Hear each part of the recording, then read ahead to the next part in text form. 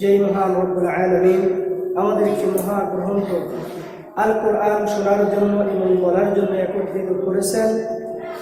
আমরা একত্রিত হতে সক্ষম হয়েছি, এই জন্য সেই মহান রবের দরবারে, সেই মহান রব্বুল আলামিনের দরবারে আমরা শুকরিয়া জ্ঞাপন করছি, সকলেই করছি আলহামদুলিল্লাহ। লক্ষ কোটি দরুদে বাড়ি পেশ করছি সেই রাসূলের প্রতি, যে রাসূলের মাধ্যমে আমরা পেয়েছি মহাগ্রন্থ আল কোরআন, যে রাসূলের মাধ্যমে আমরা পেয়েছি আল হাদিস, যেই রাসূলের শিখানো পথ, যেই রাসূলের আদর্শ, যেই রাসূলের নিয়ম নীতি, যেই রাসূলের আচার আচরণ, সকল কিছুর মধ্যে রয়েছে আমাদের জীবনের কল্যাণ, রহমত, বরকত। সেই রাসূলের প্রতি হৃদয়ের সকল ভালোবাসা উজাড় করে দিয়ে বাংলার জমিন থেকে আমরা দরুদ প্রেরণ করছি, সকলেই করছি সাল্লাল্লাহু আলাইহি ওয়াসাল্লাম। সম্মানিত মুসলিম, আপনাদের খেদমতে আমি সূরা আবাসা থেকে পবিত্র কালামুল্লাহ শরীফের 42 নং সূরা থেকে তেলাওয়াত করেছি। 12 থেকে 13টি আয়াত তেলাওয়াত করেছি। এই আয়াত কেন্দ্রিক হচ্ছে ইলমের প্রতি ভালোবাসা, জ্ঞানের প্রতি ভালোবাসা, রাসূলের প্রতি ভালোবাসা, আল্লাহর কোরআনের প্রতি ভালোবাসা। এই আয়াতগুলোর ভিতর থেকে সূরা আবাসার প্রথম অংশে এগুলো ফুটে উঠেছে। সম্মানিত মুসলিম, এই জন্য আজ আপনাদের কিসমতে যে সূরাকে এবং যে আয়াতগুলোকে বাছাই করে নিয়েছি আজকের আলোচনার জন্য, আজকের কোরআনের দার্স দেওয়ার জন্য। এই আলোচনা করে আল্লাহ পাক যেন সর্বপ্রথম তার গুনাহগার গোলামকে আমল করার তৌফিক দান করেন এবং আপনারাও যেন আমল করতে পারেন। সকলে বলুন আমিন। সূরাটির নাম হচ্ছে আবাসা, আর এই সূরার প্রথম শব্দ থেকে, প্রথম আয়াত থেকে আল্লাহ পাক এই সূরাকে নামকরণ করেছেন। পৃথিবীতে আল্লাহ সুবহানাহু ওয়া তাআলা অসংখ্য বস্তু সৃষ্টি করেছেন, চিজ আসবাব সৃষ্টি করেছেন, অসংখ্য মাখলুক সৃষ্টি করেছেন। প্রতিটি মাখলুকের আল্লাহ পাক নাম রেখেছেন। সেই দৃষ্টিকোণ থেকে, সেই ইতিহাস থেকে আমরাও বুঝতে পারি আল্লাহ সুবহানাহু ওয়া তাআলা সৃষ্টির সর্বশ্রেষ্ঠ মাখলুক, সৃষ্টির সর্বশ্রেষ্ঠ জীব মানব জাতি। এই মানব জাতিকে শিক্ষা দেওয়ার জন্য, এই মানব জাতিকে আল্লাহ তাআলাকে চেনার জন্য, তার আম্বিয়া আলাইহিস সালামদেরকে চেনার জন্য, পরিচয় নেওয়ার জন্য, জান্নাত জাহান্নাম চেনার জন্য আল্লাহ সুবহানাহু ওয়া তাআলা এই মানব জাতির উপর প্রেরণ করেছেন মহাগ্রন্থ আল কোরআন। যুগে যুগে নবী আলাইহিস সালামের উপর বিভিন্ন কিতাব নাযিল করেছেন। তার ভিতরে সর্বশ্রেষ্ঠ যে কিতাব, সেই কিতাবটা হচ্ছে কি আল কোরআন। সেই আল কোরআনের 42 নং সূরা, এই সূরাটির নাম আল্লাহ পাক নাম করেছেন আবাসা দিয়ে।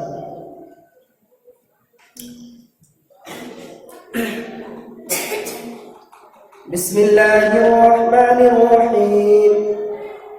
করুণাময় সেই মহান রব্বুল আলামিনের নামে আমরা শুরু করছি। আবাসা ওয়া তাওয়াল্লা। রাসূল করিম সাল্লাল্লাহু আলাইহি ওয়াসাল্লাম বুরুকে করেননি এবং মুখ ফিরিয়ে নিয়েছেন। আনজাআহুল আ'মা, কারণ তার কাছে একজন অন্ধ ব্যক্তিত্ব এসেছে। ওয়া মা ইউদরিকা লাআল্লাহু ইয়াযাক্কা, আপনি কি জানেন হয়তো সে উপদেশ সংশোধিত হতো। আল্লাহ সুবহানাহু ওয়া তাআলা এখানে হুজুর আকরাম সাল্লাল্লাহু আলাইহি সাল্লামকে জিজ্ঞাসা করতেছেন, আপনি কি জানেন হয়তো সে উপদেশে সংশোধিত হতো, পরিশুদ্ধ হতো। আও ইয়াযাক্কারু ফাতানফাআহু যিকরা, আও ইয়াযাক্কারু অথবা নসিহত গ্রহণ করত, ফাতানফাআহু যিকরা অনন্তর নসিহত তাকে সুফল প্রদান করত। অর্থাৎ পৃথিবীতে মানুষ একটা ভালো জিনিস যদি গ্রহণ করে, এই জিনিসটা গ্রহণ করার পর সে নিজেও উপকৃত হয় এবং তার পাশে যারা থাকে তারাও উপকৃত হয়, নিজেও লাভবান হয়, আশেপাশে যারা থাকে তারাও লাভবান হয়, এমনকি এর দ্বারা তার সুপথ সুকল্যাণ সফলতা বয়ে আনে। এই যে চারটি আয়াত, এই চারটি আয়াতের ভিতরে আল্লাহ সুবহানাহু ওয়া তাআলা রাসূল আকরাম সাল্লাল্লাহু আলাইহি সাল্লাম একজন সাহাবীকে উল্লেখ করে বলেছেন। হযরত আয়েশা রাদিয়াল্লাহু তাআলা আনহা থেকে বর্ণিত তাফসীরে ইবনে কাসিরের বর্ণনায় আছে, হুজুর আকরাম সাল্লাল্লাহু আলাইহি সাল্লামের দরবারে একজন ব্যক্তিত্ব আসলেন, অন্ধ ব্যক্তিত্ব আসলেন। রাসূল আকরাম সাল্লাল্লাহু আলাইহি সাল্লাম ওই সময় আরবের নেতাদের নিয়ে, আরবের গোত্রের প্রধানদের নিয়ে বসেছিলেন, ইসলামী দায়ীর কাজ, দাওয়াতি কাজের কথা বলতেছিলেন। ওই সময় রাসূল আকরাম সাল্লাল্লাহু আলাইহি সাল্লামের এই সাহাবী, একটি বর্ণনায় আসছে যে উনি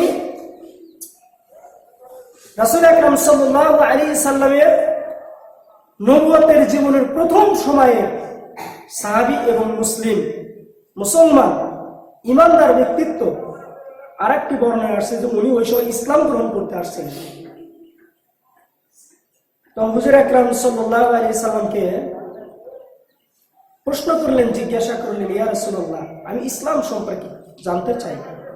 কিন্তু রাসূল আকরাম সাল্লাল্লাহু আলাইহি সাল্লাম উম্মে মাকতুম এই সাহাবীর কথায় ওরকম কর্ণপাত করেন নাই। যে আয়াতের ভিতরে আছে আবাসা ওয়া তাওয়াল্লা, রাসূল করিম সাল্লাল্লাহু আলাইহি সাল্লাম বুরু কিঞ্চিত করলেন এবং মুখ ফিরিয়ে নিলেন, অর্থাৎ বুরুক্ষেপ করলেন না, তার দিকে তাকালেন না এবং কি তার কথায় সে ওরকম কর্ণপাত করছেন না। আনজা আহুল আ'মা, এই কারণে যে সে একজন অন্ধ এসেছে না। তাফসীর ইবনে কাসিরের বর্ণনায়, তাফসীর আনোয়ারুলের বর্ণনায় পড়লাম যে না, আসলে এখানে যে অর্থ তা না। সাধারণত আমাদের যদি ভালোবাসার মানুষ হয়, এক সময় যদি একটা আকুল আবেদন করে, আমরা দেখি না এই লোকটা তো আমার কাছের লোক, আমি এর সাথে সময় পাবো, পরে কথা বলি, কিন্তু অন্য কিছু লোক আসছে তাদেরকে আগে বিদায় করে নেয়। রাসূলের মন মানসিকতা এতটুকু ছিল, রাসূলের এই মন মানসিকতা ছিল না যে সে একজন অন্ধ ব্যক্তি, তার সাথে আমি কথা বলবো না, কিংবা সে একজন অন্ধ ব্যক্তি, তার দ্বারা ইসলামের কোনো উপকার হবে না, কিংবা সে ওইরকম বড় কিছু করতে পারবে না। রাসূলের এই মন মানসিকতা ছিল না, কারণ রাসূল জানে যে এই লোকটা তো একটা বর্ণনা আছে সে ইসলাম গ্রহণ করেছিল, ইসলাম যখন গ্রহণ করেছে তে তো রাসূলের সাহাবী, রাসূলের তো আনুগত্যশীল।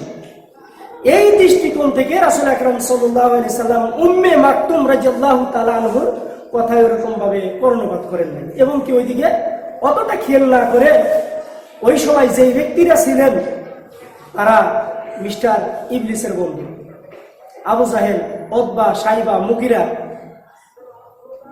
মুনাফিকের সর্দার আব্দুল্লাহ ইবনে উবাই, আরো অনেকেই ছিল। অর্থাৎ মক্কার যারা লিডারশিপ ছিল, গোত্রের লিডার, সমাজের লিডার, তারাই আসছিল। কিন্তু আল্লাহ সুবহানাহু ওয়া তাআলা তো ভালো করেই জানেন, তারপরের আয়াতগুলা আল্লাহ সুবহানাহু ওয়া তাআলা জানিয়ে দিয়েছেন, আম্মা মান ইস্তাগনা, আম্মা মান ইস্তাগনা, আর সে তো বেপরোয়া হয়ে গিয়েছে, সে তো বেপরোয়া ভাব দেখায়। অর্থাৎ আবু জাহেল, উতবা, শাইবা, মুগিরা, আব্দুল্লাহ ইবনে উবাইকে উদ্দেশ্য করে এই আয়াত বলা হয়েছে, আম্মা মান ইস্তাগনা, আর যে বেপরোয়া ভাব দেখায়, যারা কাফের ছিল, যারা মুশরিক ছিল, যারা ইহুদি ছিল, যারা খ্রিস্টান ছিল, যারা পৌত্তলিক ছিল, বৌদ্ধলিক ছিল, যারা মুনাফিক ছিল, তারা তো রাসূলকে শুধু কষ্ট দেওয়ার জন্যই সব কাজগুলো করত।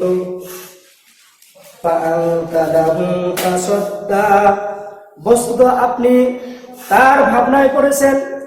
আল্লাহ পাক প্রশ্নের জবাব দিয়ে দিচ্ছেন রাসূল আকরাম সাল্লাল্লাহু আলাইহি ওয়াসাল্লামকে। বস্তুত আপনি তার ভাবনায় পড়েছেন। ওয়ামা আলাইকা আল্লা ইয়াসাক্কা। অথচ সে সংশোধন হোক আর না হোক, অথচ সে সংশোধন না হলেও আপনার উপর কোনো দোষারোপ করা হবে না।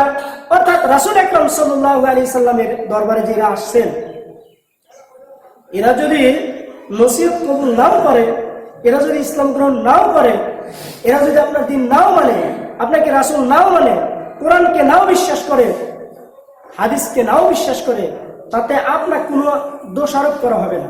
আসলে অনেক কাজের ক্ষেত্রে যে এই লোকটা তো তার কাজ ঠিকই করে যাচ্ছে, এই বিষয় থেকে কোনো দোষারোপ করে কোনো লাভ নেই। এরকম সেন্টেন্স এখানে একটা ব্যবহার করা হয়েছে যে অথচ তারা যদি সংশোধিত না হয়, তারা যদি শিরকের পথ থেকে ফিরে না আসে, হে রাসূল, এর জন্য আপনাকে কোনো জবাবদিহি করতে হবে না, আপনার কোনো দোষ নেই, আপনাকে দোষারোপ করা হবে না। ওয়ামা আলাইকা আল্লা ইয়াসাক্কা ওয়া আম্মা মান জাআকা ইয়াসআ। আর যে আপনার নিকট দৌড়িয়ে আসে, অর্থাৎ এই আয়াতের ভিতরে আল্লাহ সুবহানাহু ওয়া তাআলা জানিয়ে দিয়েছেন, যারা দ্বীনের জন্য, যারা কালিমার জন্য, যারা কোরআনের জন্য, রাসূলের জন্য, আল্লাহর জন্য নিবেদিত প্রাণ, তারা অবশ্যই দৌড়ে আসবে। যেমন আল্লাহ সুবহানাহু ওয়া তাআলা পবিত্র কালামুল্লাহ শরীফের মধ্যে সূরা জুমার মধ্যে ঘোষণা করেছেন, হে ঈমানদারগণ, যখন তোমাদেরকে আহ্বান করা হয়, ডাকা হয়, তোমরা কি নামাজের জন্য দৌড়িয়ে আসো। দৌড়ানোর কথা বলা হয়েছে। এই দৌড়ানোর দ্বারা এখানে কি আল্লাহর প্রতি ভালোবাসা,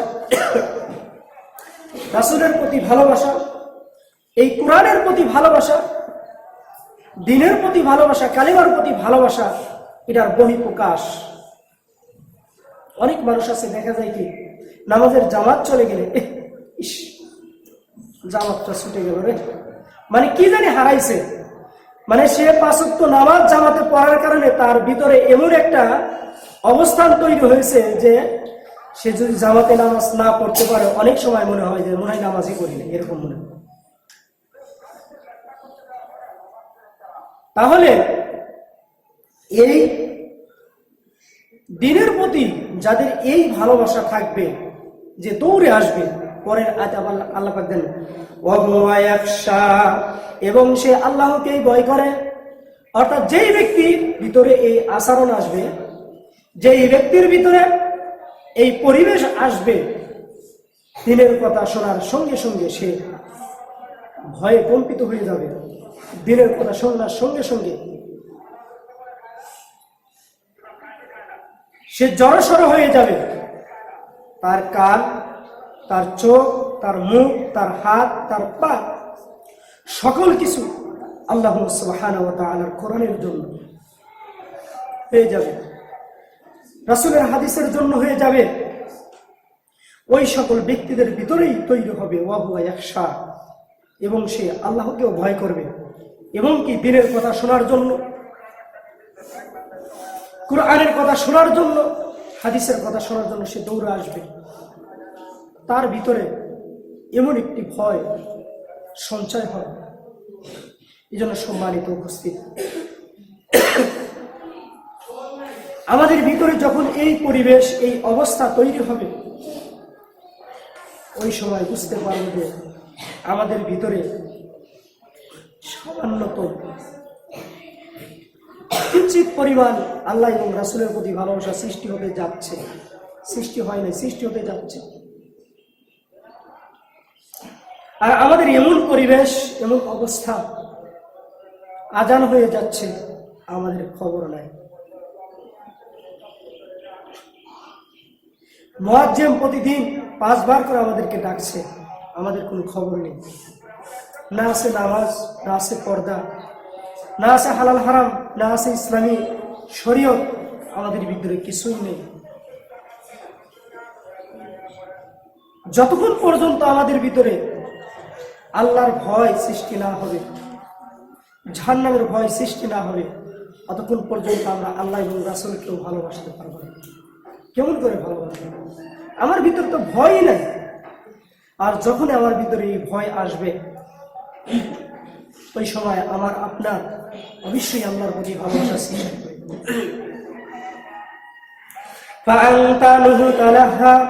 আপনি তাকে অপেক্ষা করেন। কাল্লা ইন্নাহা তাযকিরা, কাল্লা কখনো না, এরূপ করবেন না। ইন্নাহা তাযকিরা, কুরআনের নসিহতের বাণীতে আল্লাহ পাক রাসূলকে বলতেছে, কাল্লা কখনো এরূপ করবেন না। ইন্নাহা তাযকিরা, কুরআনের নসিহতের বাণী। অর্থাৎ এই কুরআনের নসিহত সকলের জন্য। কোরআনের মধ্যে হুদাল লিন-নাস ব্যবহার করা হয়েছে। এই নাস দ্বারা কাফের, মুশরিক, ইহুদি, নাসারা, মুসলমান, ফাসিক, মুনাফিক সকলকেই কোলে এখানে বোঝানো হয়েছে। একটি গোত্র কিংবা একটি দল কিংবা একটি সমাজ কিংবা একটি দেশ কিংবা একটি রাষ্ট্রকে উদ্দেশ্য করে বলা হয় না। এখানে বলা হয়েছে সকল মানুষকে। এই কুরআনের নসিহত, এই কুরআনের বাণী, এই কুরআনের উপদেশ, এই কুরআনের আদেশ, এই কুরআনের নিষেধ, এই কাজগুলো সকল মানুষের জন্য। যখনই সকল মানুষ এই কাজগুলো করবে, জানবে, বুঝবে, তখনই তার প্রতি আল্লাহ তাআলার পক্ষ থেকে রহমত বরকত আসবে। এবং এই ব্যক্তি যদিও সে ঈমান না আনে, এই নসিহত শোনার সাথে সাথে দেখবে তার ভিতরে ঈমান এসে যাবে। রাসূল আকরাম সাল্লাল্লাহু আলাইহি সাল্লামের সময় অসংখ্য ব্যক্তিকে দেখা গিয়েছে, অসংখ্য সাহাবীরা রাসূলের দরবারে এসে কোরআন শোনার জন্য এসে বসে গিয়েছে। কোরআন শোনা শেষ মাত্রই কালিমা গ্রহণ করে নিয়েছেন, লা ইলাহা ইল্লাল্লাহু মুহাম্মাদুর রাসূলুল্লাহ। আজকের সমাজে আমরা মুসলিম, দুঃখের বিষয়, আমাদের কষ্টের বিষয়, আমাদের অনেক কষ্ট লাগে। আমরা আজকে সংখ্যা গরিষ্ঠ বেশি মুসলমান হওয়ার কারণে আজকে আমাদের প্রতি, রাসূলের প্রতি, আল্লাহর প্রতি, কোরআনের প্রতি, হাদিসের প্রতি সেই ভালোবাসা না থাকার কারণে আমরা মুসলমান হওয়ার পরে আমাদের ভিতরে মুনাফিকি আচরণ, আমাদের ভিতরে ফাসিকি আচরণ, আমাদের ভিতরে ইহুদি নাসারা এদের সকল কৃষ্টি কালচার দিয়ে স্বয়ংসম্পন্ন হয়ে গিয়েছে। এই জন্য আমাদের কোরআনের নসিহত, আমাদের কোরআনের উপদেশ আমাদের কর্ণপাত হয় না।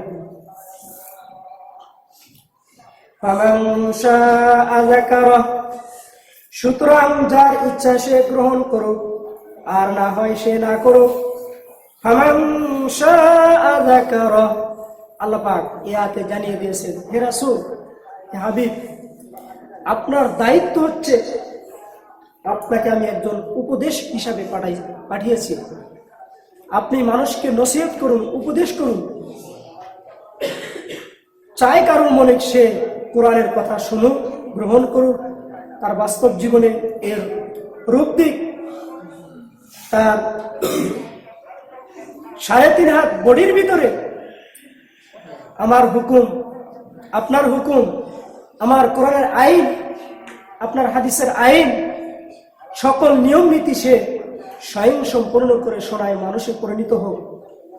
আর না হয় সে উতবা, সাইবা, মুগীরা, আবু জাহেল, ফিরাউন, হামান, পৃথিবীর যত বড় বড় কাফের মুশরিক আছে তাদের আচরণ গ্রহণ করুন। এই জন্য আল্লাহ পাক এখানে ব্যবহার করেছেন ফামান শাআ যাকারা। সুতরাং যার ইচ্ছা সে তা গ্রহণ করুক, আর না হয় না করো। এই জন্য সম্মানিত উপস্থিতি, আজকে সূরা আবাসা থেকে আপনাদের খিদমতে আমি 10টি আয়াতের আলোচনা করেছি। আমি 10টি আয়াত থেকে কথা বলেছি।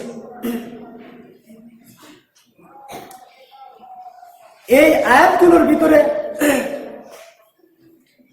আমাদের হচ্ছে কোরআনের উপদেশ, কোরআনের আদেশ গ্রহণ করতে হবে, মানতে হবে।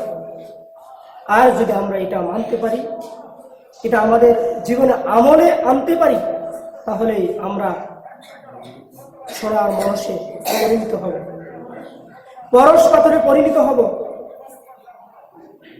হুজুর আকরাম সাল্লাল্লাহু আলাইহি সাল্লামের সময় যেই সকল মানুষগুলো ছিল সবচাইতে পৃথিবীর মধ্যে খারাপ মানুষ হিসেবে পরিচিত, ইসলাম গ্রহণ করার কারণে, এই কোরআনকে বুকে ধারণ করার কারণে, আল্লাহ এবং রাসূলকে ভালোবাসার কারণে এই মানুষগুলো এমন সোনার মানুষে পরিণত হয়েছে, পৃথিবীতে ওনাদের মতো আর ভালো মানুষ আসবে না। তাহলে সেই কোরআন 1400 বছর আগের টাটকা কোরআনকে আমাদের কাছ থেকে চলে গিয়েছে, যায় নাই। সেই কোরআনের একটা হরফ পর্যন্ত পরিবর্তন হয় নাই। তাহলে সেই কোরআন যদি আমরা সেই রাসূল এবং তার সাহাবীদের অনুসরণ করি, তাদের দেখানো পথ এবং মতের ভিতরে আমরা চলতে পারি, তাহলে আল্লাহ সুবহানাহু ওয়া তাআলা আমাদের কি সেই রাসূলের সাহাবীদের মতোই আমাদেরকে মর্যাদা দান করবেন। কারণ হুজুর আকরাম সাল্লাল্লাহু আলাইহি সাল্লাম জানিয়ে দিয়েছেন যে তোমরা যদি অনুসরণ করো, মরা মানুষের অনুসরণ করো, মৃত মানুষের অনুসরণ করো। এখানে মৃত মানুষ কারা? অর্থাৎ মৃত মানুষ দ্বারা মানুষের কোনো খারাপের আশঙ্কা থাকে না। এখানে হাদিসের ভিতরে মৃত মানুষ বলতে রাসূল আকরাম সাল্লাল্লাহু আলাইহি সাল্লাম জানিয়ে দিয়েছেন আমার সাহাবীদেরকে অনুসরণ করো। কারণ আমার সাহাবীদেরকে আমি মাঠে ময়দানে দায়ী আল্লাহর কাজে থেকে তাদেরকে শিক্ষা দিয়েছি। শুধু শিক্ষাই দেই নাই, তাদেরকে আমি আমল করিয়ে বাস্তবতার রূপ দিয়েছি। এই জন্য আমি চলে যাওয়ার পর আমার সাহাবীরা চলে যাবে, তারপরে তোমরা যদি কাউকে অনুসরণ করো, তাহলে তোমরা কি করবে? এই মরা মানুষগুলোর অনুসরণ করবে, মৃত ব্যক্তিদের অনুসরণ করবে। এই 10টি আয়াত কেন্দ্রিক আমি 2টি হাদিস আপনাদের খিদমতে তেলাওয়াত করেছি। عن ابن عباس رضي الله تعالى أن النبي صلى الله عليه وسلم قال من يرد الله به خيرا يفقهه في الدين رواه أحمد। ইবনে আব্বাস রাদিয়াল্লাহু তাআলা হইতে বর্ণিত, রাসূল কারীম সাল্লাল্লাহু আলাইহি ওয়াসাল্লাম ইরশাদ করেন, যাকে আল্লাহ তাআলা কল্যাণ দান করতে ইচ্ছা করেন তাকে দ্বীনের পূর্ণ জ্ঞান দান করেন, সমঝ দান করেন, বুঝ দান করেন। পৃথিবীতে যেই রকম দুনিয়া সকল ক্ষেত্রে চলার জন্য বিভিন্ন শিক্ষার দরকার আছে, আমরা মুসলিম হিসাবে আমাদের প্রতিটি মুমিন এবং মুমিনাতে প্রয়োজন হচ্ছে আল কোরআন, আল হাদিস। এই হাদিসে রাসূল আকরাম সাল্লাল্লাহু আলাইহি সাল্লাম আমাদেরকে জানিয়ে দিয়েছেন যে দ্বীনের যদি তোমার বুঝ থাকে, দ্বীনের যদি তোমার জ্ঞান থাকে, এখানে পূর্ণ বলতে আমাকে মুহাদ্দিস হতে হবে, আমাকে মুফাসসির হতে হবে, আমাকে মুফতি হতে হবে, তা নয়। আল্লাহ সুবহানাহু ওয়া তাআলার দ্বীনের পথে চলার জন্য, ইসলামের পথে চলার জন্য ফরজকে ফরজ বুঝে, হালালকে হালাল বুঝে, হারামকে হারাম বুঝে জীবন চলার জন্য আমার আপনার জন্য যতটুকু কোরআন এবং হাদিসের জ্ঞানের প্রয়োজন, ততটুকু প্রত্যেকটা মুসলমান নর নারীর উপর ইলমে দ্বীন শিক্ষা করা ফরজ। এবং শুধু ফরজ নয়, এটা ফরজে আইন। আমাকে আপনাকে অবশ্যই এই ইলম অর্জন করতে হবে। এই ইলম যদি আমি আপনি অর্জন না করি, হারাম কোনটা বুঝবো না, হালাল মনে করে সেটা ভক্ষণ করব। আবার হালাল কোনটা বুঝতে পারবো না, না বোঝার কারণে এটাকে অনেক সময় আমার মনের সাথে পড়বে না, আমার বিবেকের সাথে পড়বে না, সেটাকে আমি কি প্রত্যাখ্যান করব? তাহলে কি? এই জন্য রাসূল আকরাম সাল্লাল্লাহু আলাইহি সাল্লাম যে ইরশাদ করেছেন যে আল্লাহ পাক যার কল্যাণ চান তাকে কি দ্বীনের সম্পর্কে জ্ঞান দান করেন। আল্লাহ পাক যেন আমাদেরকে তার দ্বীন ইসলামের কোরআন এবং হাদিসের জ্ঞান অর্জন করে বাস্তব জীবনে তার আমল করার তৌফিক দান করেন। সকলে বলুন আমিন। عن انس رضي الله تعالى عنه قال قال رسول الله صلى الله عليه وسلم من خرج في طلب العلم كان في سبيل الله حتى يرجع রাআহু তিরমিজি। হযরত আনাস রাদিয়াল্লাহু তাআলা হইতে বর্ণিত, তিনি বলেন রাসূল করিম সাল্লাল্লাহু আলাইহি ওয়াসাল্লাম বলেছেন, যে ব্যক্তি ইলম হাসিল করার জন্য, যে ব্যক্তি ইলম অর্জন করার উদ্দেশ্যে বের হয়, সে না ফেরা পর্যন্ত আল্লাহর পথে জিহাদের মধ্যেই অবস্থান করতে থাকে। সুবহানাল্লাহ। আমরা এখানে কোরআন শুনতে এসেছি, আমরা এখানে কোরআন থেকে জ্ঞান অর্জন করার জন্য এসেছি। এই হাদিস আমাদের জন্য বাস্তবতা। এটা হতে পারে আমার পরিবার থেকে নিয়ে, সমাজ থেকে নিয়ে, রাষ্ট্র থেকে নিয়ে, দেশ বিদেশ যেইখানেই কেন যাই, আমার ভিতরে যদি চিন্তা চেতনা উদ্দেশ্য থাকে কোরআন শিক্ষার জন্য, হাদিস শিক্ষার জন্য, আল্লাহকে চেনার জন্য, রাসূলকে চেনার জন্য, হালাল হারাম সম্পর্কে জ্ঞান অর্জন করার জন্য, দ্বীনের পথে সঠিকভাবে শুদ্ধভাবে চলার জন্য, এই চিন্তা চেতনা যখন আমার আপনার ভিতরে থাকবে, আমি বাহির থেকে, ঘর থেকে বের হওয়ার পরেই যদি আমি এই চিন্তা চেতনা নিয়ে বের হই, 10 পাও যদি বের হই, এটাও আমার এই হাদিসের বাস্তবতা হবে যে আল্লাহ সুবহানাহু ওয়া তাআলা পথে জিহাদের মধ্যেই আমাদের অবস্থান করা হবে। তাহলে আমরা এখানে আসছি কোরআন শোনার জন্য, কোরআন শিক্ষার জন্য, কোরআন থেকে জ্ঞান অর্জন করার জন্য।